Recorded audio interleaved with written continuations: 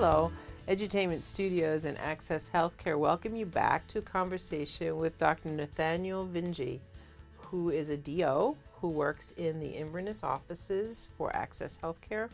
How do you handle a patient who doesn't want to do some of the things that they need to do in for preventive care? For instance, I haven't had a flu shot in years. I hear you. I hear this one a lot. I'll bet you do. So how do you handle a patient that, is weary about doing their preventive medicine? Well, gently is the answer. Okay. But honestly, the first things I want to know is, what is it that is stopping you from getting the preventative medicine? So let's take your flu vaccine, for example. So when you get the flu shot, how long do you get sick for when you get the flu shot?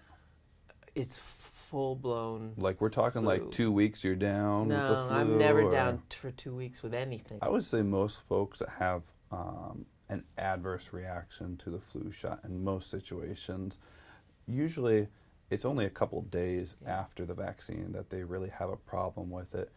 And it's not that they have the flu, and that's a huge misconception, because we no longer use the live virus for the flu anymore.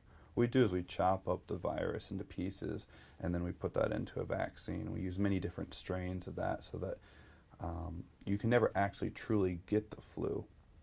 But what happens is your immune system does recognize those pieces of the flu virus, and so you can get some of the aches and the pains. A little bit of malaise. Yeah, after you get the vaccine. And that I could deal with. The CDC decides which strains of the flu virus they're going to cover in any particular year, and yes, it does change from year to year. Sometimes they get it very close to what we see that year, and sometimes they don't.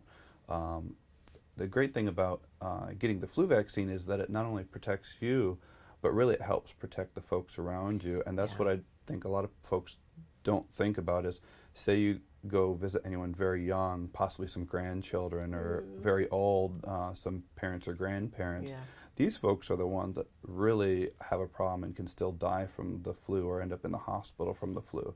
So even though you or I might get a mild illness and, well, we're gonna beat that flu in a couple of weeks, we may have passed it on to someone who it could cause serious harm to.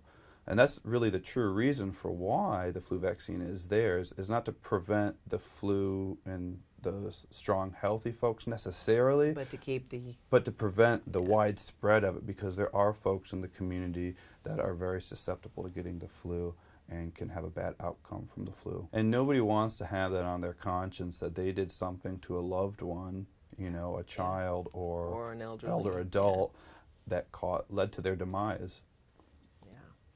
Okay, thank you. I'll go right out and get my flu shot. No, actually, I'm really thinking about. We still have to work on that one. Yeah, a little bit.